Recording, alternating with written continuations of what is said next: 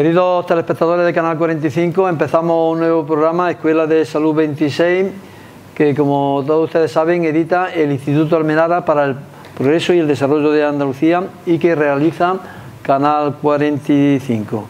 Bueno, pues hoy tenemos con nosotros a Juan Ignacio Valdés Alcocer. Hola, encantado, Juan Ignacio. Encantado. Bueno, Juan Ignacio es socio y presidente de La Olivilla, ¿no? Sí, Ecológica La Olivilla. Bueno, me gustaría que nos diera algunos datos biográficos tuyos para nuestros telespectadores. Pues, vamos a ver, yo aparecí en Jaén para desarrollar un proyecto de conversión en una finca ecológica. Venía de un mundo totalmente distinto porque venía de la universidad, de dar clases, hice el doctorado, sí, en fin, que estudié bastante.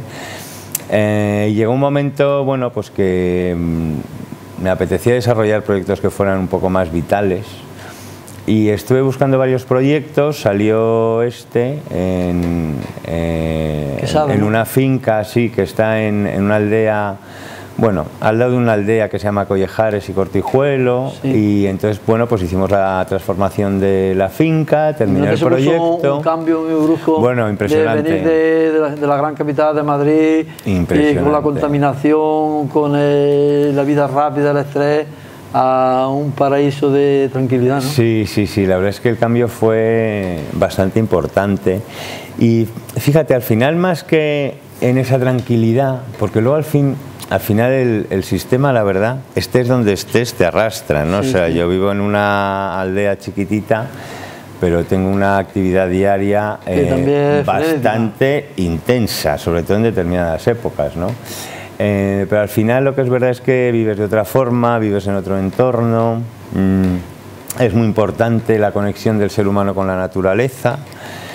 Y todo eso, pues aunque tengas cosas, porque en el sistema hay que participar, entonces aunque tengas determinadas tendencias que ocurren, te da igual en Madrid que en el Cortijuelo, sin embargo sí tienes otra serie de cosas que no tienes en la ciudad, como es el desarrollar esa actividad pues de una forma tranquila en unos entornos que son paradisíacos.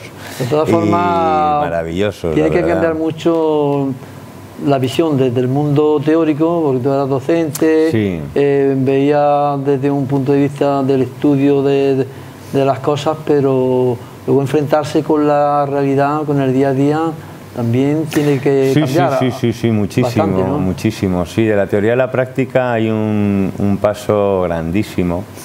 Y curiosamente, bueno, yo hice dos especialidades, que una fue Economía Internacional y Desarrollo y otra fue Finanzas Cuantitativas. Y curiosamente, cuando llegué al campo y al pueblo, digamos que toda esa especialidad de desarrollo económico y economía internacional, curiosamente, sí.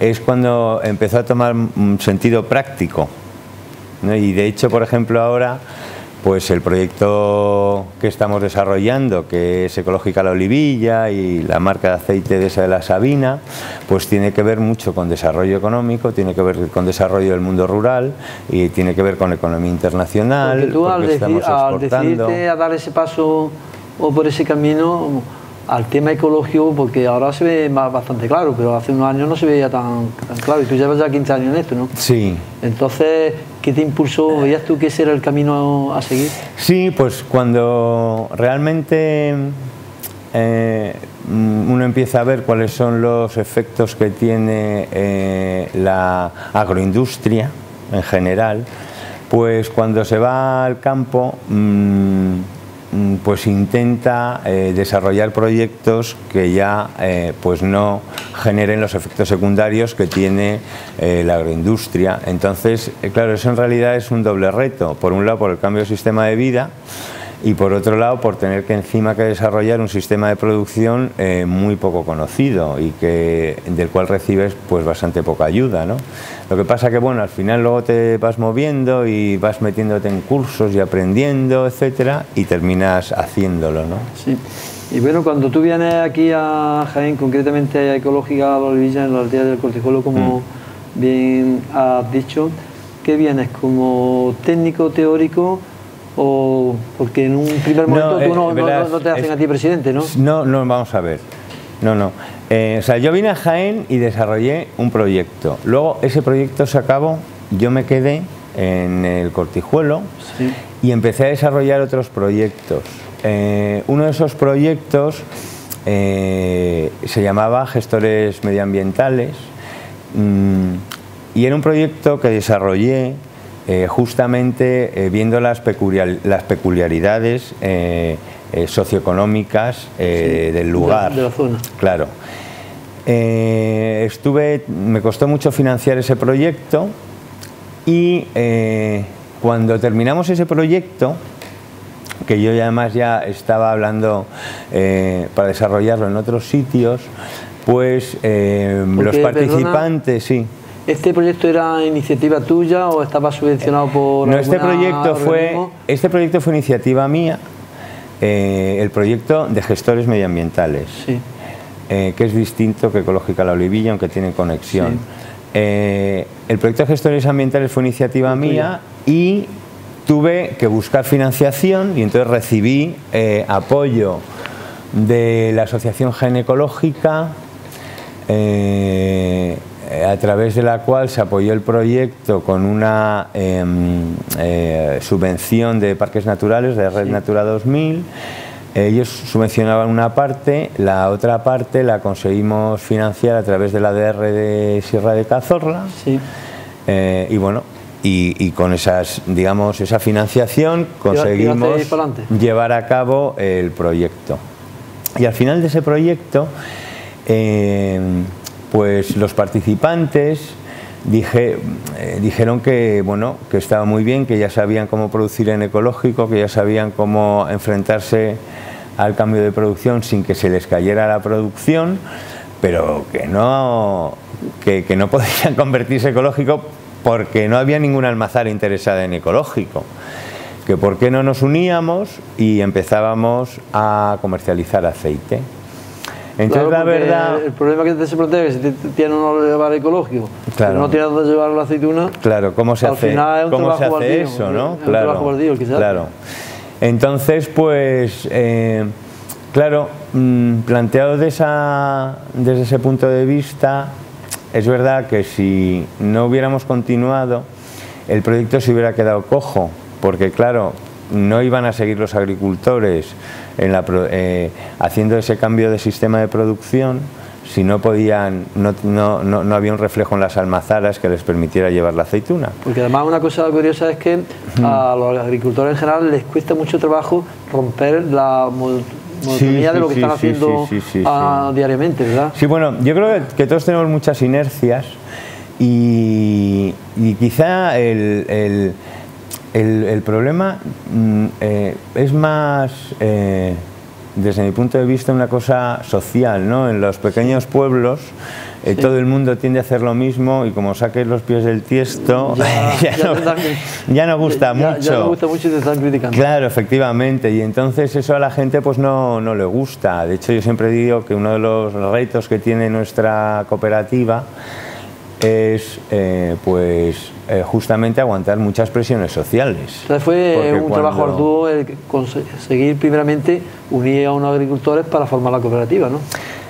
Bueno, la verdad es que, o sea, eso vino del tirón, eso fue una consecuencia de Gestores Ambientales. Realmente aquí lo que costó... del proyecto anterior. Claro, aquí lo que costó fue financiar Gestores Ambientales.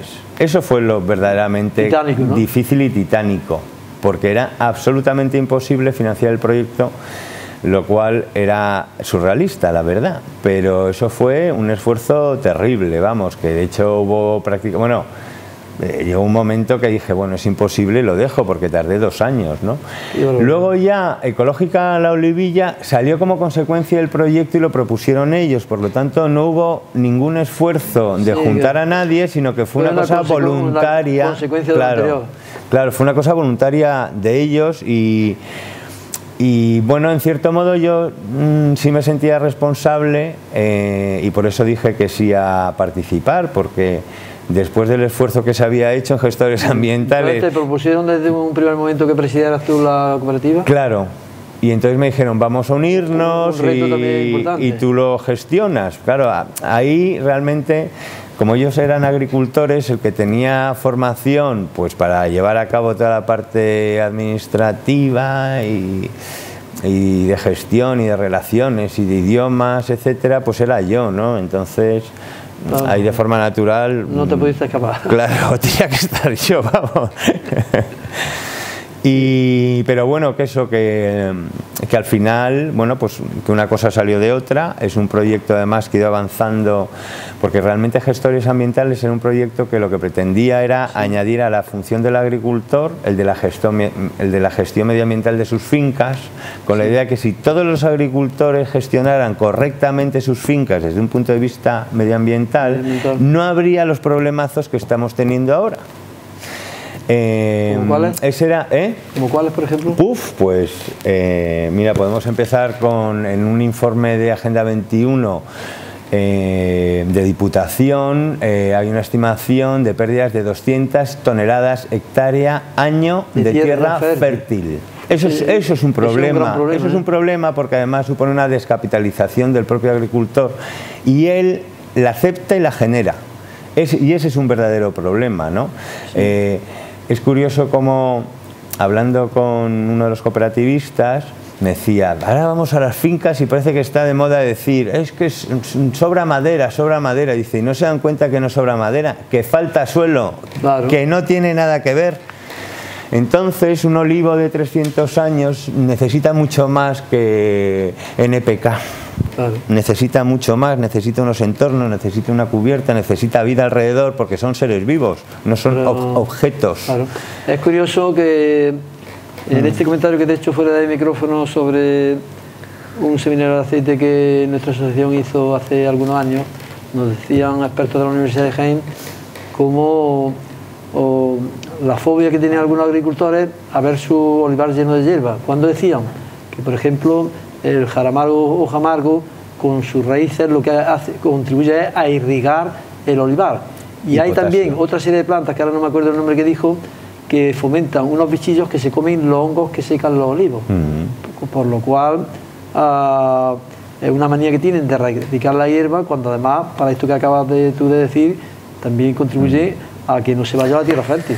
Claro, es que les han... Bueno, y mucho más. A la cubierta vegetal es de una importancia tan grande que realmente no entiendo cómo desde la Unión Europea no prohíben el no tener cubierta vegetal. Debía estar estrictamente prohibido no tener cubierta vegetal.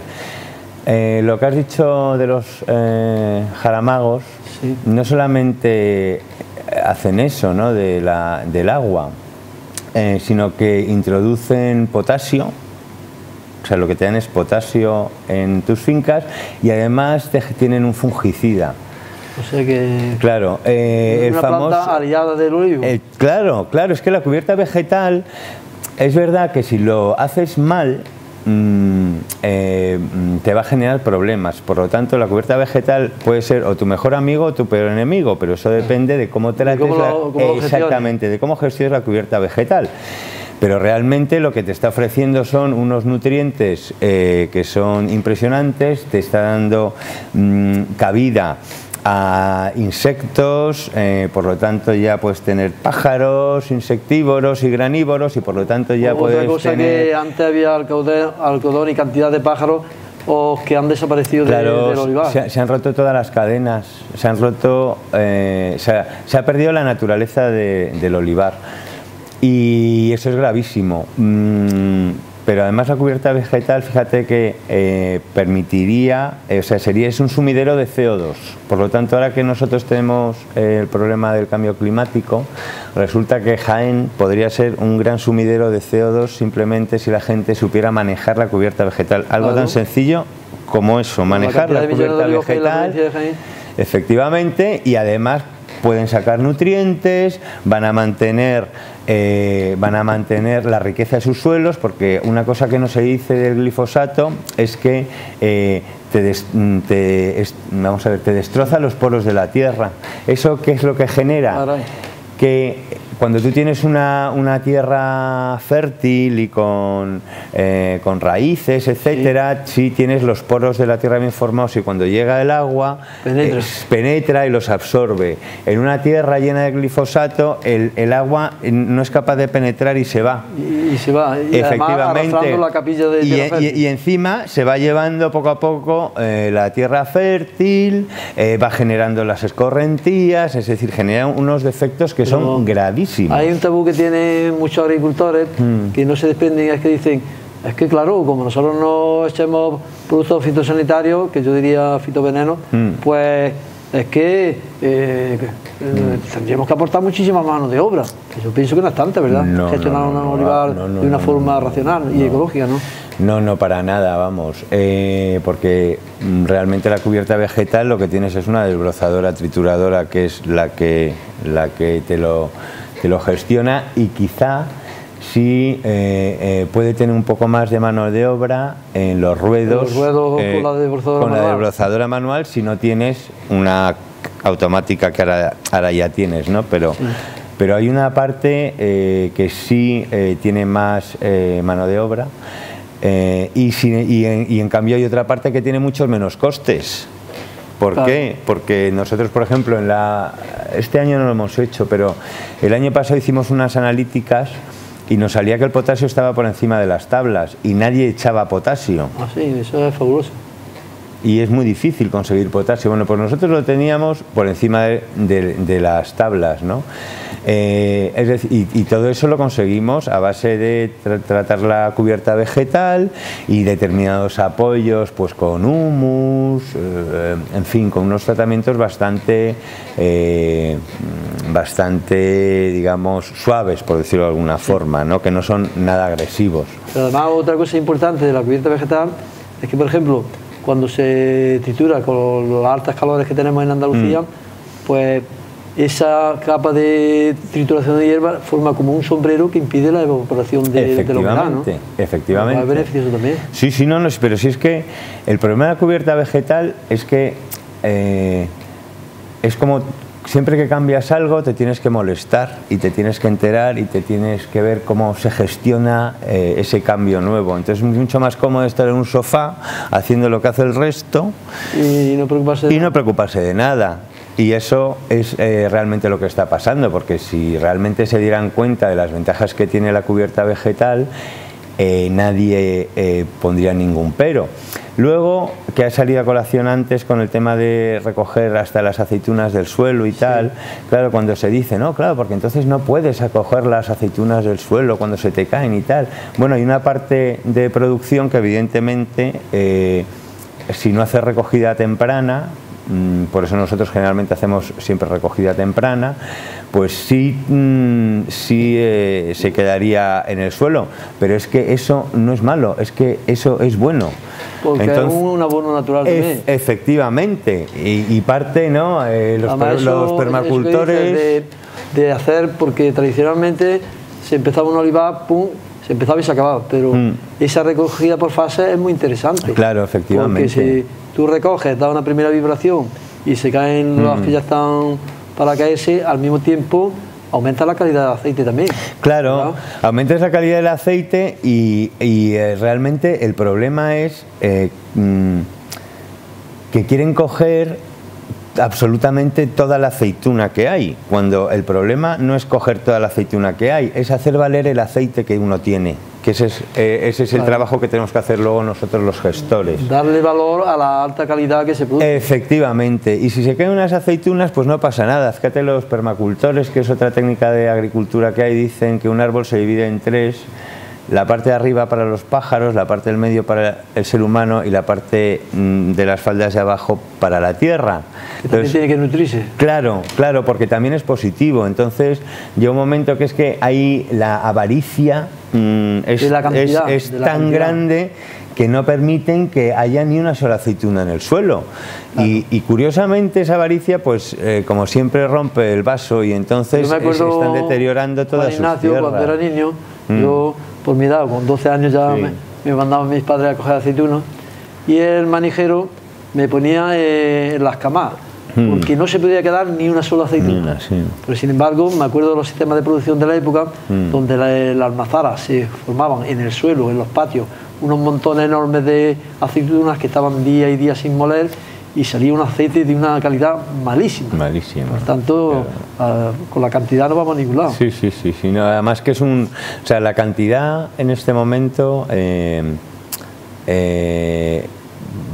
tiene que ser superada y nos tenemos que ir a calidad, porque la cantidad se está produciendo tantísimo aceite en el mundo, la verdad, que aunque nosotros seamos de los principales o el principal productor, pero tampoco nos queda mucho bajo esa condición. Sí, porque China y Argentina, Uruguay están avanzando mucho. Exactamente, Sudamérica está poniendo un montón de olivar, Estados Unidos está poniendo un montón de olivar, tenemos todo el norte de África, es decir, que nuestra diferencia es la calidad. Es la única salida que hay. Exactamente. Y dentro de la calidad está el tema de llevar unos aceites limpios. Y esos aceites limpios es con producción ecológica. Porque en realidad, ¿qué eso pasa? A mí me han llamado gente diciendo, bueno, pues no, queremos comprarte aceite pero de calidad. Porque luego el normal nosotros lo compramos en Turquía o en Argelia. Sé que la cosa está clara. Pero si es que está clara, vamos a ver, ¿cuánto cuesta un salario en Marruecos? ¿Y cuánto cuesta un salario aquí? Entonces el producto es el mismo, pues es que no tenemos ninguna posibilidad de competencia con ellos, a no ser que ocurra como estos años, pues que si se les cae la producción, han tenido poco, problemas de cambio climático, pero que también nos puede pasar a nosotros, cuidado. Bueno, es decir, aquí, que Juan eso Ignacio, es muy... en la mentalidad de la mayoría de los agricultores actuales, ¿dónde está el reto a superar? ¿Por qué se adhieren tanto a los fitosanitarios los agricultores y no quieren pasar al ecológico? Pues porque, vamos a ver, pasar ecológico supone algo así, como para que te hagas una idea, que imagínate que tenemos una fábrica y de repente nos dicen, bueno, pues hemos cambiado todas las máquinas de la fábrica, ¿no? Entonces, nada, pues venga, iros a trabajar. Dices, bueno, pero dinos cómo funcionan las nuevas máquinas de la fábrica, ¿no? Entonces te tienes que empezar a aprender. Claro, te tienes que meter un curso para ver cómo funcionan esas máquinas. Con el olivar ecológico pasa lo mismo. Es decir, el olivar ecológico no es una cuestión de hacer lo que hace el vecino, que es lo que generalmente se suele hacer en los pueblos, ¿no? Que cuando la gente ya empieza a echar las cubas, ya se ponen la pila y dicen, oye, ¿qué este está echando? Oye, ¿qué has echado tal? Pues yo voy a echar lo mismo, tal, claro. Aquí se necesita salir del sofá, ponerte a estudiar. Tener conocimiento que un olivar ecológico se comporta de una forma totalmente distinta que un olivar convencional, y además hay un punto que es quizás donde para mí más exige el olivar ecológico, y es que uno no puede ser olivarero de fin de semana. Uno tiene que ser agricultor de día a día. De día a día, porque uno tiene que ir al olivar, lo tiene que ver, lo tiene que observar, tiene que pasearse por él. Entonces, cuando precisa. Claro, entonces no es tanto hacer como ver y reflexionar y luego actuar, ¿no?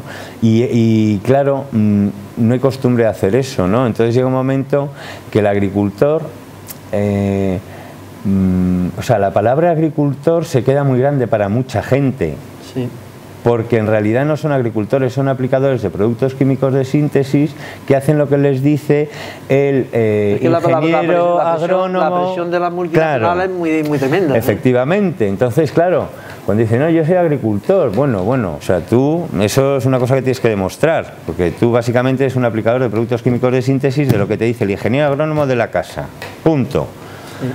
Porque cuando uno es agricultor, lo que hace es conocer su entorno.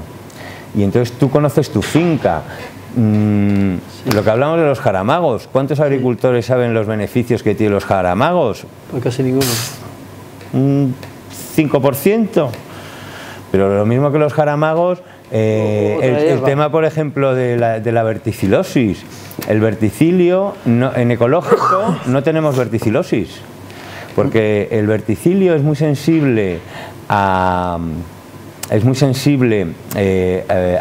la competencia de los hongos, sí, pero muy sensible a la química. Entonces, ¿qué es lo que pasa? Cuando tú matas el suelo, eres capaz de matar a todos los hongos que mantienen al verticilio a raya. A raya. Entonces, claro, entonces él se hace el amo del lugar. Y en cuanto empiezas a meter hongos, como es muy poco competitivo con ellos, cuando empiezas a enriquecer el suelo, que al final lo que hay que hacer es enriquecer los suelos, ¿qué es lo que pasa? Que el verticilio es muy poco competitivo y entonces se empieza a retirar y ya no tienes ese problema, ¿no? Y en cambio esa parte pues no la ven, pero pasa lo mismo con la uzofera, con un montón de cosas que la química no puede solucionar, que están todos esperando a ver cuándo la soluciona, y mientras esperan a ver cuando se soluciona o se están quedando sin... Efectivamente, sí. Es que al final el problema es un poco de raíz. Nos hemos separado tanto de la naturaleza que no conocemos la naturaleza, entonces tenemos que volver otra vez a empezar a conocer un poco la naturaleza. El propio ser humano tenemos que volver a estar en la naturaleza, a sentir la naturaleza, a vivir en la naturaleza, porque al final llega un momento que es una perversión separar al ser humano de la propia naturaleza, porque nosotros somos naturaleza. Por supuesto. Entonces al final, cuando tú vas a las ciudades, pues no me extraña que estén todos llenos de Prozac y ansiolíticos y de todo. Porque se han alejado de la naturaleza. Claro, porque al final, ¿en dónde están viviendo? Están viviendo en la mente y están viviendo en las tendencias y en lo trendy, como se dice ahora, ¿no? En el consumismo, en una serie de cosas.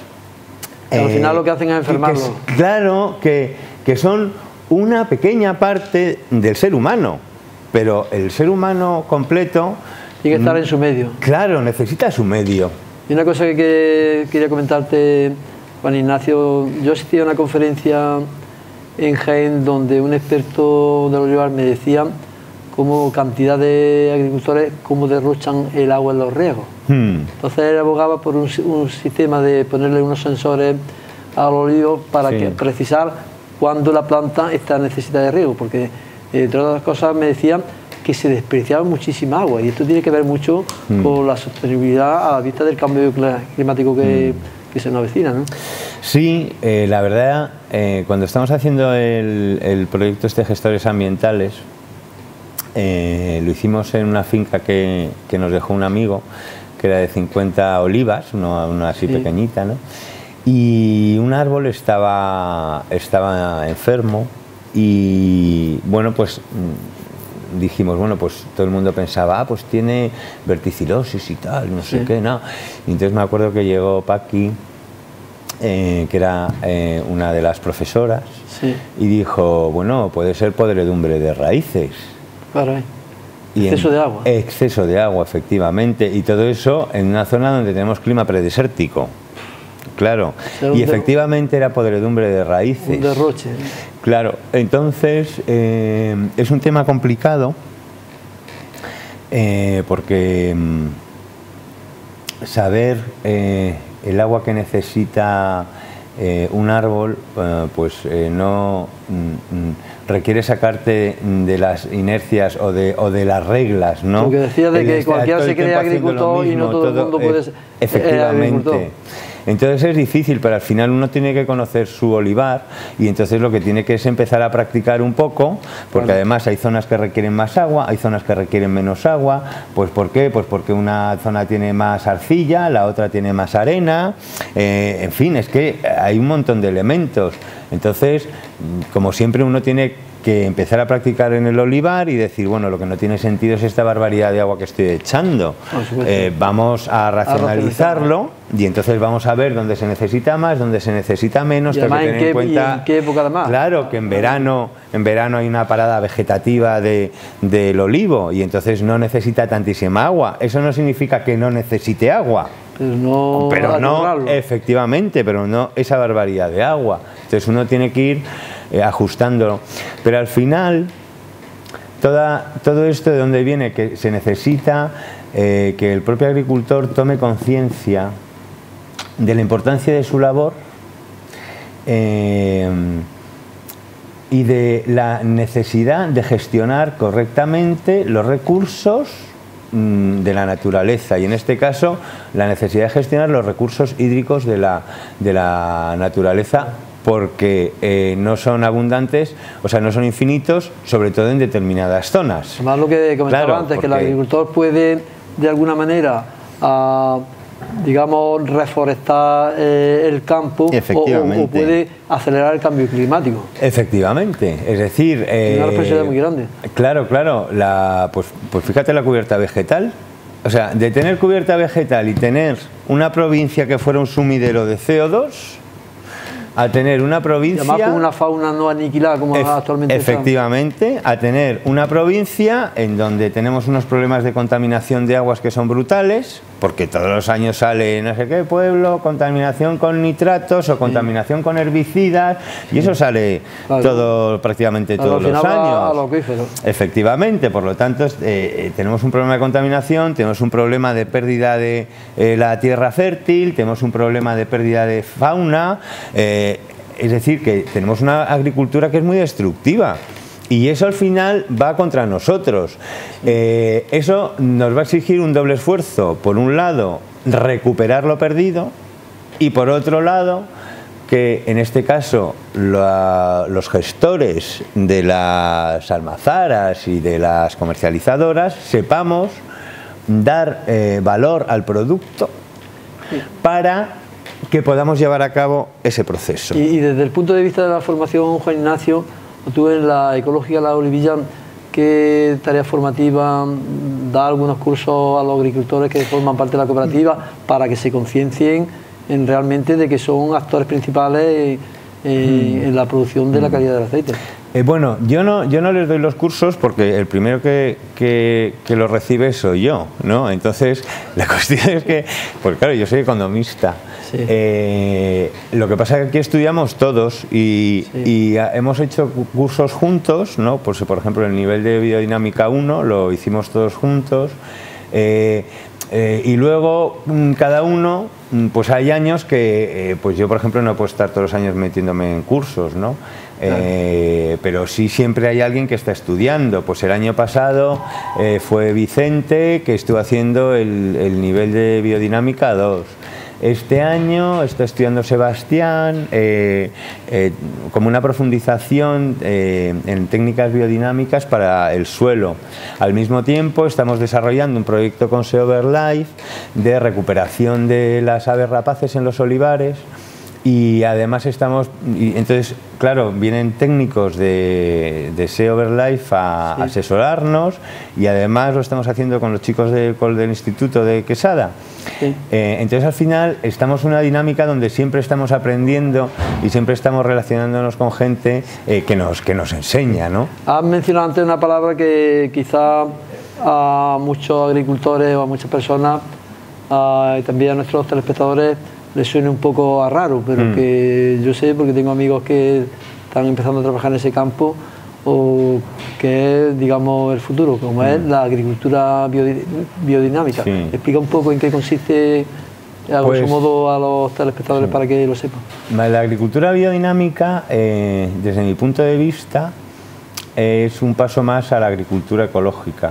Entonces, la agricultura ecológica tiene en cuenta los ecosistemas de la finca, por decirlo de alguna forma, ¿no? Y la agricultura biodinámica amplía los ecosistemas a la Vía Láctea, ni más ni menos, ¿no? Entonces, al conjunto del universo. Exactamente, bueno, sí, a nuestro universo cercano. Entonces, lo que se aprende en agricultura biodinámica es, por un lado, a ver cómo influye pues las posiciones pues de la Luna y las posiciones de los planetas sobre las plantas, sobre el cultivo objetivo que tú tengas. Y luego, además de eso, tiene unas técnicas que son muy interesantes para como potenciar los niveles de fertilización, ¿no? Exactamente, sí. De eso te voy a comentar una cosa que me decía un amigo. Sí, entonces pues tiene un conjunto de preparados que son potentísimos y la verdad es que, claro, hay un preparado, por ejemplo, que es el 501, que se hace con sílice. Sí. vamos, con cuarcita, que la machacas y te tienes que pasar de una piedra a un polvo, vamos, como si fuera polvo de talco, ¿no? Sí, sí. Bueno, pues eso que es así, dices, bueno, qué tontería, ¿eso cómo va a afectar? Pues como lo eches mal, adelantas la maduración, como lo eches mal te quedas sin floración, es decir, que son unos elementos muy potentes. En definitiva, lo que hacen es potenciar, digamos, la captación solar, ¿no? Bueno, en este caso, para mí el 501 es un regulador de luz. Por lo tanto, ¿en qué momentos te puede servir? Pues, por ejemplo, si quieres acelerar la maduración, echas el 501. Sí. Para problemas de hongos. Además, esto, al ser un mineral, no tiene ningún tipo de contaminante. Efectivamente. Y se da en cantidades homeopáticas, que luego esa es otra, que en agricultura biodinámica pasas de estar manejando toneladas a manejar cosas mínimas. Lo que pasa es que también es verdad que, según nuestra experiencia, tienes que tener los ecosistemas bastante saneados para que te funcione. Para que funcione. Efectivamente, porque si tú lo echas en un olivar que está lleno de glifosato, de pesticidas y herbicidas, poco hace. Es que no te va a hacer nada. Incluso en olivares que han empezado la transformación a ecológico, tampoco tiene un gran efecto. Ahora, cuando ya tienes los ecosistemas bastante saneados, tienes una buena cubierta vegetal, tienes los setos, los linderos, ya tienes vida en el olivar, ahí nosotros estamos teniendo unos efectos, o sea, unos resultados muy buenos. Bueno, me decía este amigo mío que también está estudiando un potenciador donde, partiendo de estiércol de vaca, lo mete por visto en unos cuernos, lo entierra, lo tiene no sé cuántos meses, y luego después pues lo microniza batiéndolo con una cantidad determinada de agua, y entonces lo que se hace con eso es una pulverización y actúa como un potenciador después del compost que le vaya a echar. Claro, ahí claro, fíjate, tú coges el estiércol, porque ahí de alguna manera se está recogiendo toda la fuerza del universo, como decías tú antes. Claro, o sea, por un lado se recoge toda la fuerza del universo, pero luego cuando lo colocas en los cuernos, en determinado sitio, en determinada época, etcétera. Pero es que luego además lo que tienes es un cuerno lleno de bacterias. Claro, porque lo que tienes ahí son bichos, tienes vida. Y entonces lo que tú estás echando... Es un potenciador de vida. Claro, es un potenciador de vida. Porque lo que necesita el suelo son un montón de bacterias. Por eso me decía que si lo echas en un sitio envenenado, claro, ahí poco hace. Porque no hay vida. Los venenos se cargan la vida. Claro, efectivamente. Por lo tanto necesitas tener unos ecosistemas muy saneados. Entonces, claro, cuando echas una gota del preparado 500, que es del estiércol, claro, lo que tienes es un mogollón de bacterias y por lo tanto te empiezan a activar todos los procesos biológicos. Claro, biológicos. Exactamente.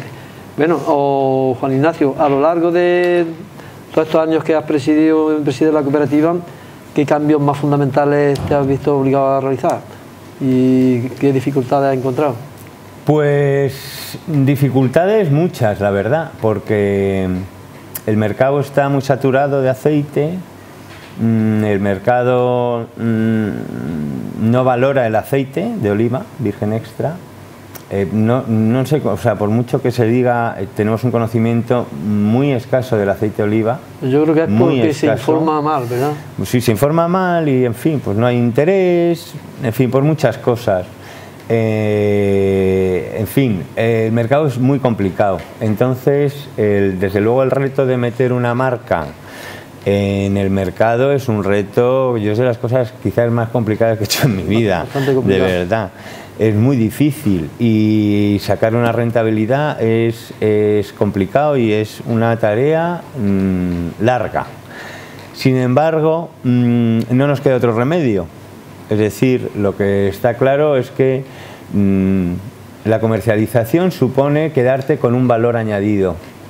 Entonces, cuando tú comercializas, ese valor te lo quedas y nosotros necesitamos tener ese valor. Por lo tanto, hay que pasar por la comercialización y es un esfuerzo terrible. Por otro lado, como siempre en la vida, de cara a la exportación, ¿demandan los productos de aceite ecológico? Sí. O sea, nosotros la verdad es que exportamos pues un 50% más, incluso más, un 60 o así. Y sí, no, se valora en general más que en España.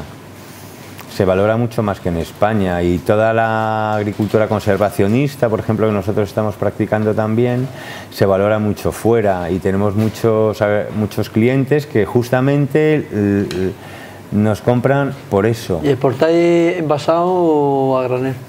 Exportamos principalmente envasado, y ahora estamos empezando, porque tenemos unos clientes que nos lo piden en cubipallets, entonces tenemos un granel como pequeñito también. Entonces hacemos de todo, la verdad. Bueno, este tipo de agricultura biodinámica, los agricultores, pienso que muchos de ellos la verán como cosa de magia. ¿Qué le podrías decir de cara a que no es magia, sino que se sustentan sobre datos científicos? Pues sí, vamos a ver, es una cosa que siempre he dicho, que las cosas no hay que creérselas. Las cosas hay que practicarlas y hacerlas. Claro. Entonces, es cuestión de ponerse, de hacerlo, también para mí eso exige enamorarse de la profesión. Claro. Y quitarse un poco todos los prejuicios, porque al final los prejuicios lo que te dejan es en un sofá, sentado, sin moverte y asumiendo lo que te están diciendo los demás, claro, ¿no? Entonces es más para mí una actitud. Entonces, claro, la agricultura biodinámica tampoco es la solución, es decir, todo es la solución: la agricultura ecológica, la biodinámica, la conservacionista, cambiar la filosofía. Tienen que converger en un punto como es el mejorar la naturaleza, ¿verdad? Claro, o sea, lo que tenemos que cambiar es la filosofía, porque lo que ha quedado clarísimo es que estamos en un camino de destrucción. Ya está, no hay más, no pasa nada. Es decir, los seres humanos aprendemos a base de errores y corrigiendo los errores. Bueno, pues esta agricultura tiene unos efectos secundarios que son tan brutales que necesitamos cambiarla. Y ahora, pues con ganas, actitud, yo creo que además siempre es muy importante divertirse, que te guste lo que haces, pues puede cambiar todo, la verdad. Además, yo creo que cuando se va a un olivar ecológico, a un olivar donde la naturaleza actúa de aliado, los peligros de que pase lo que le ha pasado a estos olivos en Italia, que se secan en grandes cantidades, desaparecen, ¿no? Bueno, el tema de la Xylella fastidiosa es complicado. En principio, de los artículos que he leído, sí han descubierto que que existen unos predadores, sí, de los vectores, que son los que transmiten la Xylella, y que están en olivares ecológicos, ¿no? Por otro lado, también el problema de la Xylella son las temperaturas. Te digo por lo que he leído, porque que en este caso por debajo de 1,5 grados en la Xylella no vive. Entonces, claro, nosotros en este momento, al menos la zona de Cazorla está protegida por debajo de cero. Porque nosotros todos los años caemos por debajo de las temperaturas, aunque o sea, por debajo de cero, aunque es verdad que cada vez caemos menos tiempo. Entonces el problema del cambio climático, lo que sí puede suponer es que cuando tengamos un par de inviernos que sean cálidos como el anterior, pues entonces sí va a permitir que se meta la Xylella fastidiosa. Y lo que te da rabia es que nosotros con nuestras acciones, y en este caso me centro en la agricultura, estamos potenciando eso. Entonces estamos potenciando descapitalizarnos, estamos potenciando el que entren plagas que nos dejen de nuevo sin capital. En fin, es que nos estamos tirando piedras sobre nuestro propio tejado. Entonces hay que cambiar muchísimo las actitudes, y luego también no rendirse, porque a mí me resulta curioso la diferencia que hay entre un error en agricultura ecológica y un error en agricultura convencional. Cuando uno comete un error en agricultura convencional se pregunta ¿qué es lo que he hecho mal?, ¿no? Y entonces va y pregunta a un colega, al de la tienda, al ingeniero, ¿no? Cuando en agricultura ecológica a uno le va mal, dice este sistema no funciona. Digo, no, es que a lo mejor has hecho algo mal. ¿Qué ha hecho mal?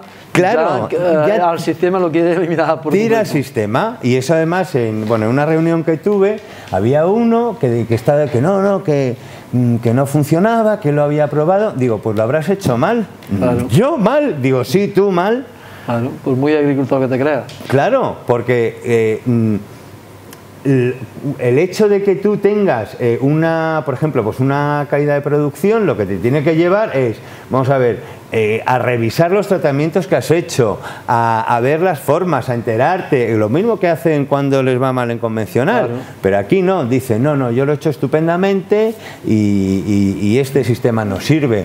Y eso además también es tremendo porque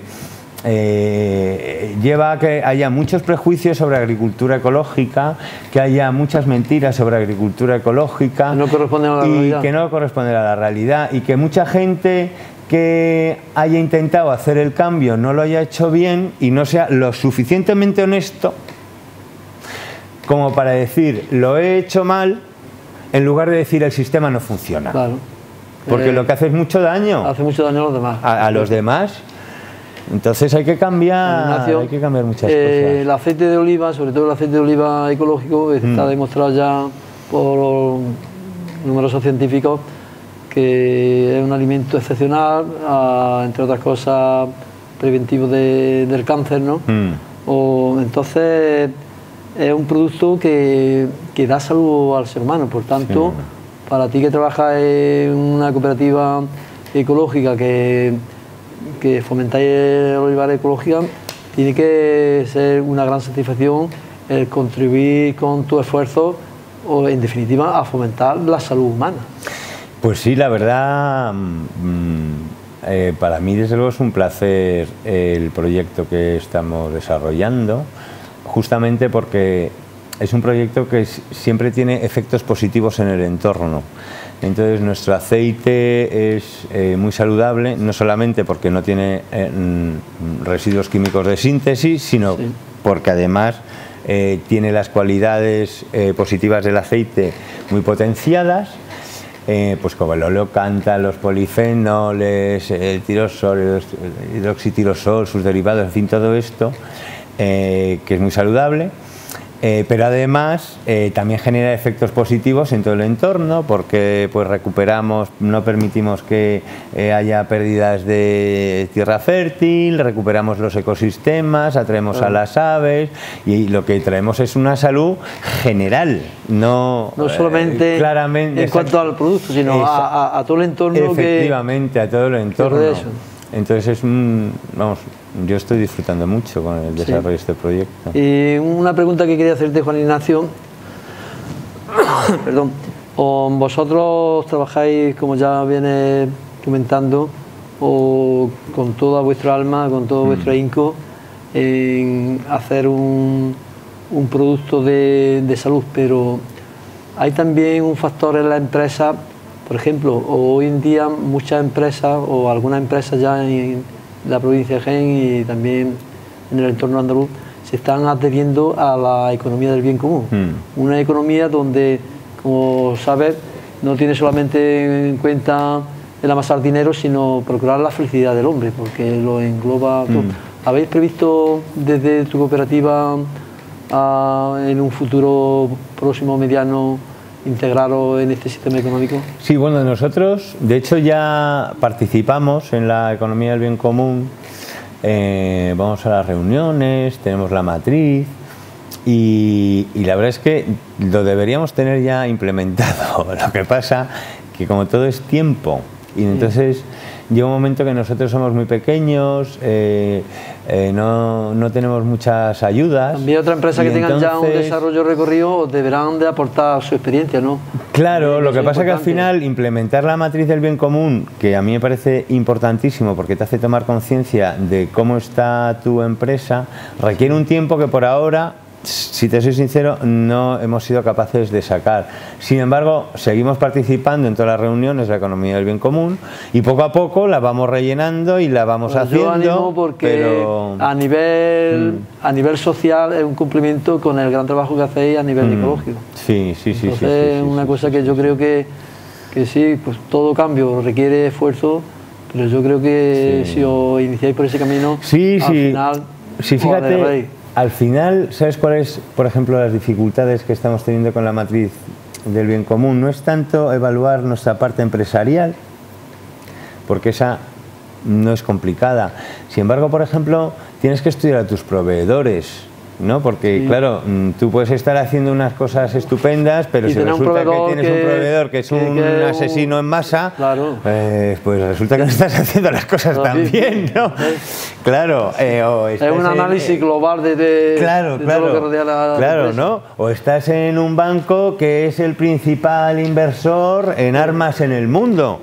Y claro, dices, a mí no me interesa potenciar esto. Pero ¿cómo sabes eso? Es decir, ¿sabes? Entonces ahora te tienes que meter en tus proveedores, en cómo lo están haciendo. Es verdad que luego también te van dando información. Pedir mucho asesoramiento con empresas que ya han iniciado el camino. Pero que al final exige un tiempo que nosotros por ahora no tenemos. Entonces seguimos asistiendo a las reuniones, tenemos mucha relación con ellos.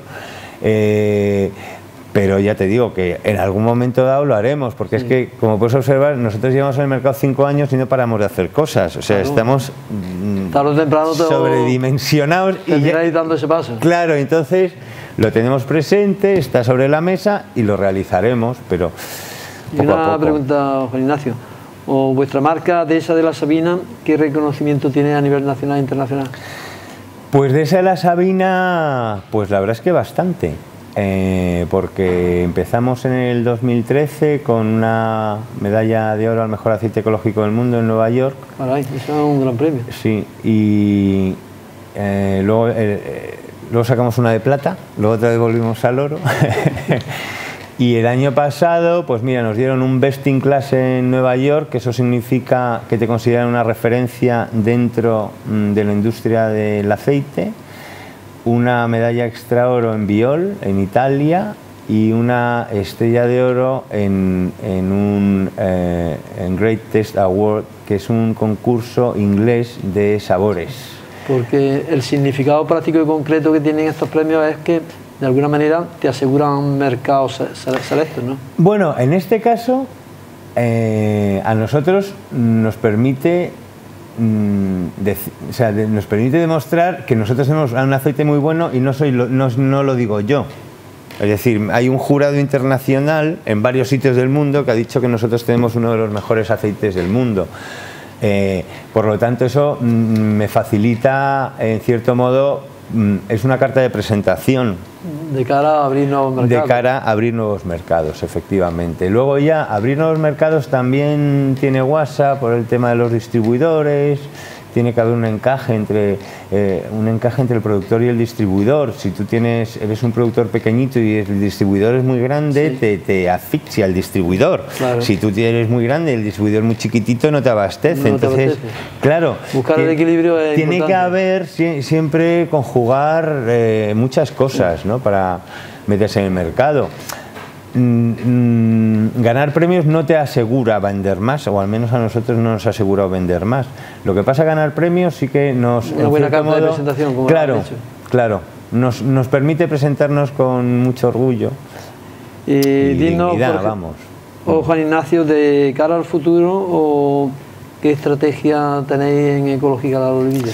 Pues nosotros vamos a seguir, por ahora, con la línea que tenemos. Entonces, porque no la hemos terminado realmente, por lo tanto pensar en la siguiente en este momento me resulta imposible.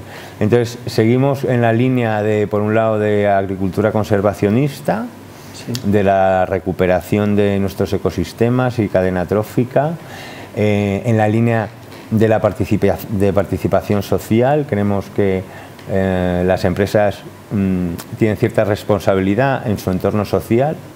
Sí. Y por lo tanto, pues nosotros nos involucramos con los profesores del instituto, planteamos muchas actividades con los chicos, pues de hecho tenemos un proyecto multidisciplinar en el Instituto de Quesada, en donde trabajamos con los profesores de historia, de biología, de química, de literatura, de pretecnología, sí. Y entonces las distintas materias que ellos van viendo también las aplican a nuestro proyecto, ¿no? Entonces, pues con el de biología, con la profesora, con María, que es la profesora de biología, pues se van, estudian las plantas, eso es interesante. Claro, y entonces pues lo ven de forma práctica, ven la cubierta vegetal, la densidad de la cubierta vegetal, en las distintas composiciones según la tierra. Entonces, digamos que se utiliza el proyecto para hacer el conocimiento un poco más tangible, ¿no? Y con los de historia, pues de todo el tema, porque una de las cosas también es reivindicar una figura del agricultor, porque tiene mucha importancia y en cierto modo socialmente es como lo menos, ¿no? De hecho, cuando tú tienes vamos, yo es que lo veo en el pueblo, no, tú estudia mucho para que no seas agricultor. Como digo, como si lo de agricultor no tuviera importancia. Claro, o estudia mucho para ser un maravilloso agricultor, claro. Cuando estamos hablando de la alimentación y la base, decía un dicho antiguo que la agricultura es el trabajo de los sabios. Efectivamente. Algo siendo un buen agricultor. Siendo un buen agricultor, ¿no? Porque es que exige muchísimo la agricultura, exige unos conocimientos, pues de biología, en fin, de un montón de cosas. Por supuesto. ¿No? Y entonces, bueno, pues vamos a seguir pues trabajando con el colegio. Y también pues participando en lo que podamos pues con otras instituciones, ¿no? Una pregunta malintencionada que te voy a hacer, a vosotros como cooperativa con los olivares ecológicos y producción ecológica, de cara a la competencia, ¿os interesa estar rodeados de otros olivares ecológicos o convencionales? Vamos a ver, eso vinieron unos holandeses a ver nuestras fincas. Porque esto además también es una fundación que estos trabajan temas de paisajismo, y entonces justamente me hicieron esa pregunta y entonces claro, para mí es al revés, es decir, ¿cómo está la situación para que tu estrategia de marketing sea no enveneno a la gente y mantengo los ecosistemas limpios? O sea, ¿cómo está el sistema para que eso sea una estrategia de ventas? Entonces, llega un momento que hay que ir un poquito más allá. Y bueno, pues ya nosotros tenemos un montón de cosas que contar, un montón de cosas que hacer, y cuando todo el mundo sea ecológico y conservacionista, pues tendremos unos argumentos estupendos para que nos compren nuestro aceite, porque claro, no hay que olvidar que una cosa es hacer aceite ecológico y otra cosa es hacer buen aceite. Claro. Que es que no tiene nada que ver. El reto está efectivamente, siempre es decir, delante. Claro, que tú puedes hacer un aceite ecológico porque no tiene residuos químicos de síntesis y cuando lo pruebas está rancio, atrojado. No es un aceite bien hecho. Claro. Y hacer los aceites bien es muy difícil, no es fácil. Claro. Es decir, una gran cooperativa que se plantea hacer muy buenos aceites, es complicado porque tiene que mentalizar a los cooperativistas, tiene que enseñarles a saber de aceite, que no todos saben de aceite, necesita preparar a su gente, y claro, una cosa es preparar a 8 y otra cosa es preparar a 2000. Y otra pregunta, la diferencia es sustancial. ¿Te alegra de haber venido a trabajar en este campo de la ecología o añoras tus años de docencia en Madrid? No, la verdad es que me alegro muchísimo de haber hecho el cambio. La docencia, por otro lado, la sigo practicando porque pues siempre me vienen pues chicos del pueblo, que no sé qué, que las matemáticas, que qué horror, tal, no sé qué. Entonces, claro, ponernos haces tu granito de arena. Sí, 3 días a la semana tengo a varios en matemáticas. Y bueno, y la vida en Madrid la verdad es que no la he hecho absolutamente nada de menos. De hecho, yo soy un gran reivindicador de los pueblos, sobre todo ahora que, claro, si estamos hablando de los años 60, pues vivir en Quesada era como si estabas viviendo... En el fin del mundo. En el fin del mundo, vamos. Claro, actualmente, teniendo en cuenta que tardas 3 horas y media a Madrid, que tienes internet... está bien comunicado. Claro, que tienes unos sistemas de comunicación que son fantásticos, realmente los pueblos adquieren una dimensión nueva y totalmente distinta. Claro. Y creo que eso se tiene... claro, es decir, porque tú puedes estar en un pueblo sencillo, pero estás comunicado con el mundo. Claro, bueno... Eso es importante. Yo es que hablo más inglés aquí que en Madrid. Porque claro, como me paso el día, que si el distribuidor de aquí, el distribuidor de allá, tal, venga, que ahora una conferencia por Skype, pues me paso todo el día hablando en inglés. Bueno, y Juan Ignacio, estamos ya terminando. ¿Por qué crees que la naturaleza es un bien muy preciado o que es muy importante transmitirlo a las nuevas generaciones? Pues yo creo que no podemos perder la perspectiva de que sin la naturaleza nosotros desaparecemos. Porque somos somos naturaleza, somos parte de ella. No somos una cosa desgajada afuera. Efectivamente, pero además no solamente eso, sino nosotros somos parte de la naturaleza bajo unas determinadas condiciones de los ecosistemas. Es decir, que si nosotros destrozamos todos los ecosistemas que nosotros necesitamos para vivir, la Tierra va a seguir dando vueltas. Pero la raza humana va a desaparecer. Efectivamente, pero los que vamos a desaparecer somos nosotros. Por lo tanto, en lugar de considerarnos tan inteligentes, tenemos que poner en práctica la inteligencia y empezar a cambiar cosas, porque el futuro, pues por ahora, es bastante desalentador si no se toman determinados cambios. El último informe que salió en un artículo, un estudio del CSIC, decía que para el año 2090, de Madrid para abajo, va a ser como el desierto del Sáhara. Uno, bueno, pues al principio dice, bueno, qué exagerado, ¿sabes? ¿Cómo vamos a ser como en el año 2090 si estamos en el 2000 prácticamente 20? ¿Cómo va a ser eso posible?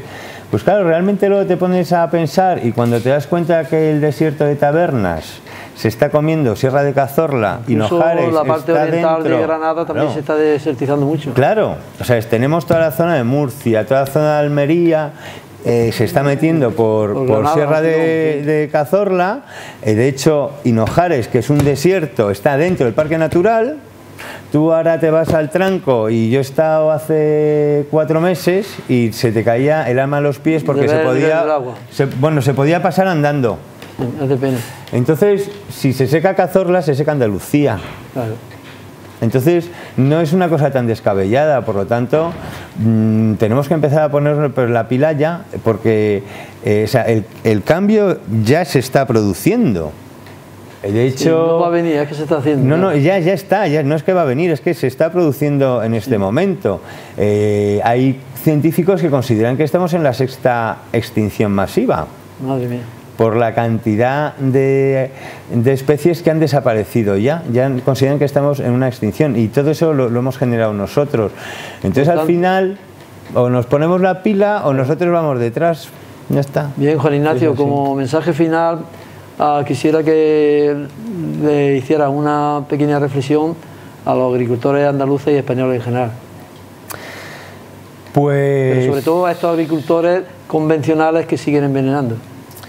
Pues la reflexión, la verdad es que creo que deberían primero asumir sus responsabilidades, porque yo creo que todos tenemos que asumir las responsabilidades en nuestra vida, en nuestras acciones.